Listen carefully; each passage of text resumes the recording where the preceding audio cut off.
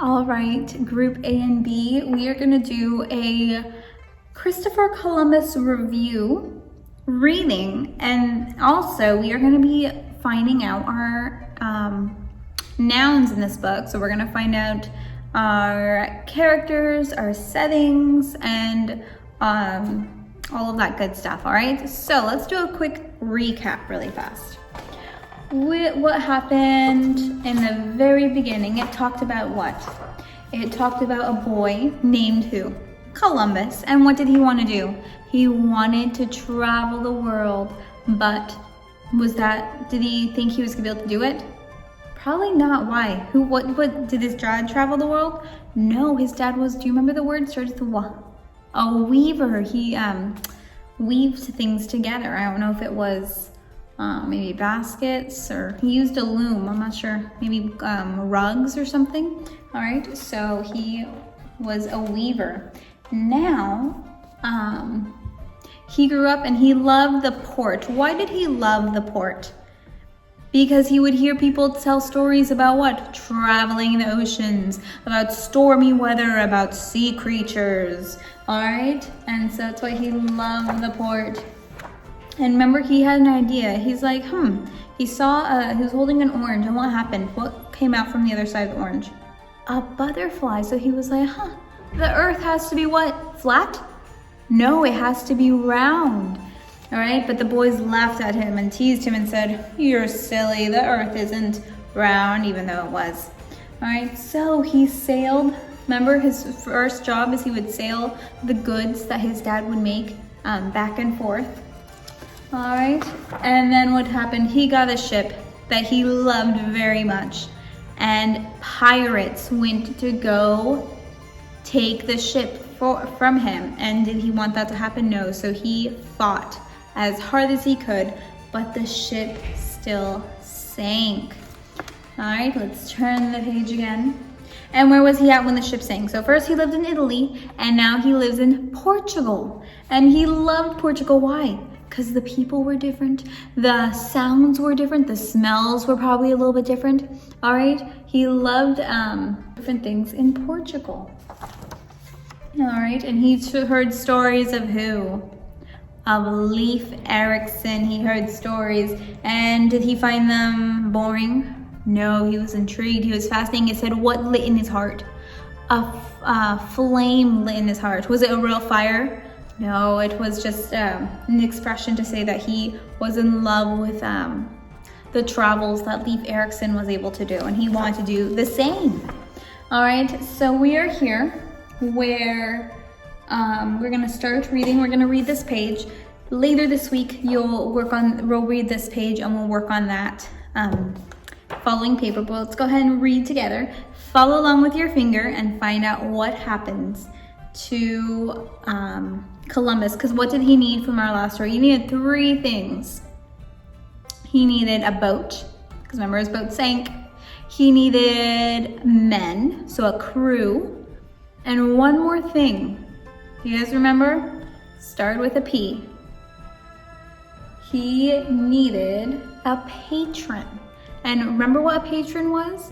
A patron was a rich person that can pay for his whole traveling. So they would pay for the boat. They would pay the men to work on the boat. They would pay for food, because when you're on a boat, can you just stop at McDonald's and order a hamburger and then take off again? No, they don't have that back then, all right? So you couldn't do that on a boat. Whatever you had on your boat, you had to make sure you had enough of it. That's why boats were big, because if you were in the stormy weather and you got lost for 3 days, you had to make sure you had food for 3 days, or else what would happen?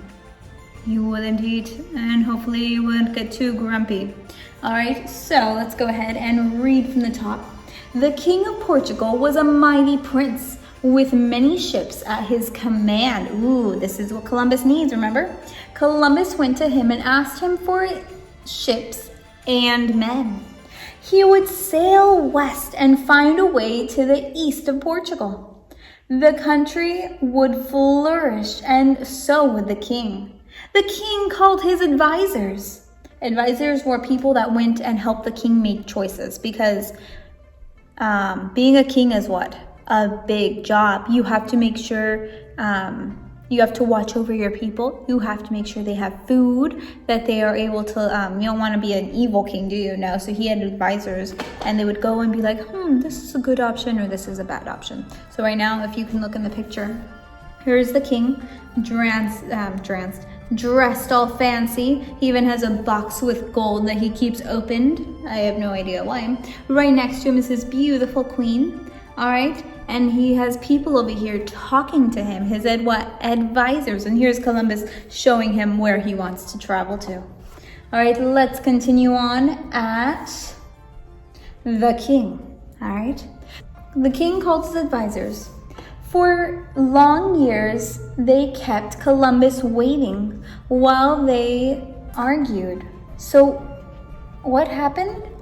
So Columbus went one day to go ask, "Excuse me, king, but I want to take this trip and I want to do this, and your kingdom will have riches and I will be rich."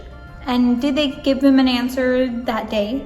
Did they give him an answer that week? No. Did you see that? It said for long years.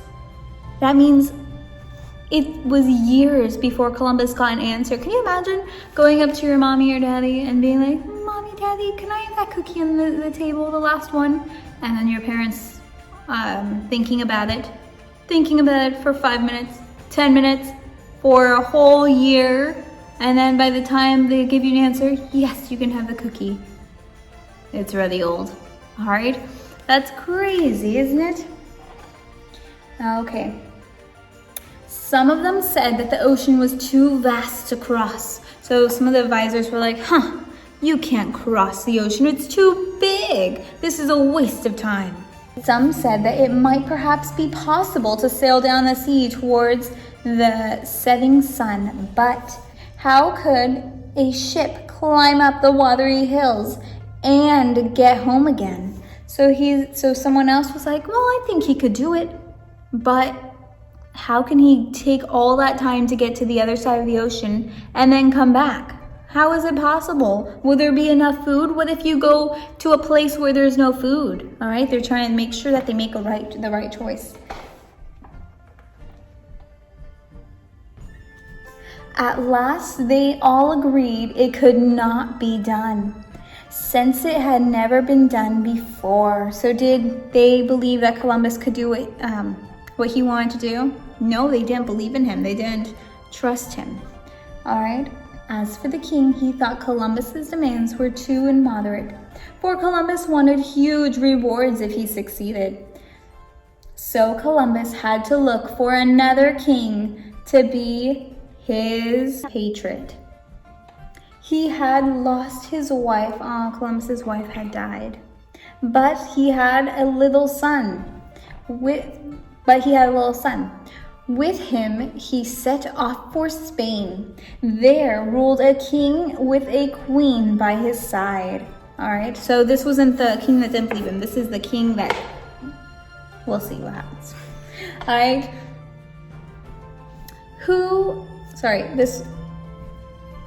There ruled a king with a queen by his side, who was known for her virtue and wisdom. All right, so this king over here had a queen. And the queen was known for what? For her virtue and wisdom. Remember, we learned a little bit about those words? All right, wisdom, does everyone have wisdom? No, a lot of people don't have wisdom. Wisdom is a really good thing because you can make better choices when you're wise. All right, King Ferdinand and Queen Isabella of Spain welcomed Columbus, for they wanted Spain to be mightier than Portugal. The good Queen Isabella also wanted to share her Christian faith with the people in the East who had never heard about Christ. But the king and queen had their hands full fighting the heathen Moors, who were holding part of their kingdom. The royal treasury was empty. So finally, Columbus, he waited all these years to get answers from a king, and the king he said, no, I'm not going to help you with your trip. So Columbus got on a boat, and he went to where? Spain, all right? And in Spain, he found a king and a queen, and remember, the king had a very wise queen, and the queen really liked what Columbus wanted to do. She wanted to support him, but what happened? didn't have any money because they were fighting the war right now. So they're like, oh, we really want to help you, but you can't. That's why they have the little chest there. And it shows you, is the chest full or empty?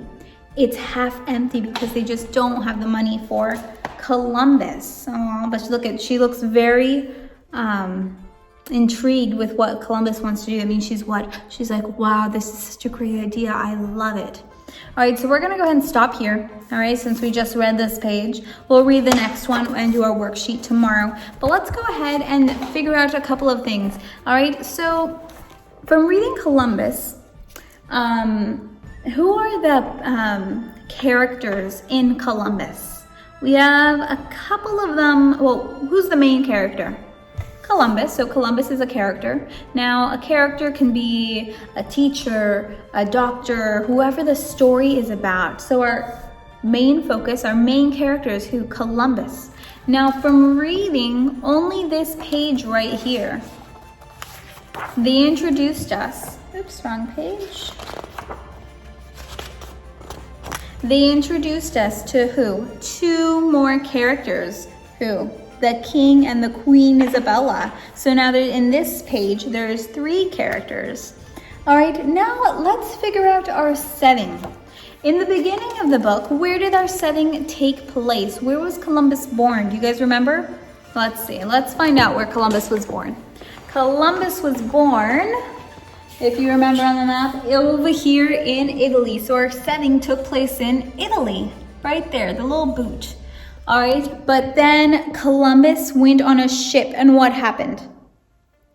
The pirates attacked him. So he went on a ship, and he was on his ship, and right here as he was crossing, a pirate attacked, and he got stuck where? In Spain. And did he leave Spain? No, he loved it. All right, so now he's in Spain, this little brown place right here. And he wanted to do what? He wanted the king to fund his trip, and he wanted to go and travel the world. But did the king believe in him? No, he didn't. So he went where? In our last story that he read, he ended up going right here to this light color place right next to it. Spain, great job. So our story takes place in Spain. Our characters are who? Columbus, the king and the queen. And yeah, that's our setting, and that's our characters. Now, what's something in this book that is quite important and is mentioned in at least every page? What's the thing that's always there? A ship. All right, Columbus always wanted to travel on a ship. All right, so for our nouns, our person would be Columbus. Our setting would be Spain, because he's in Spain right now. And our thing would be what? A ship. He's always needing a ship, or going on a ship, or getting in a shipwreck. All right, so that is going to be it for our story today. I hope you guys enjoyed it, and I will see you guys in the next literature video. Great job.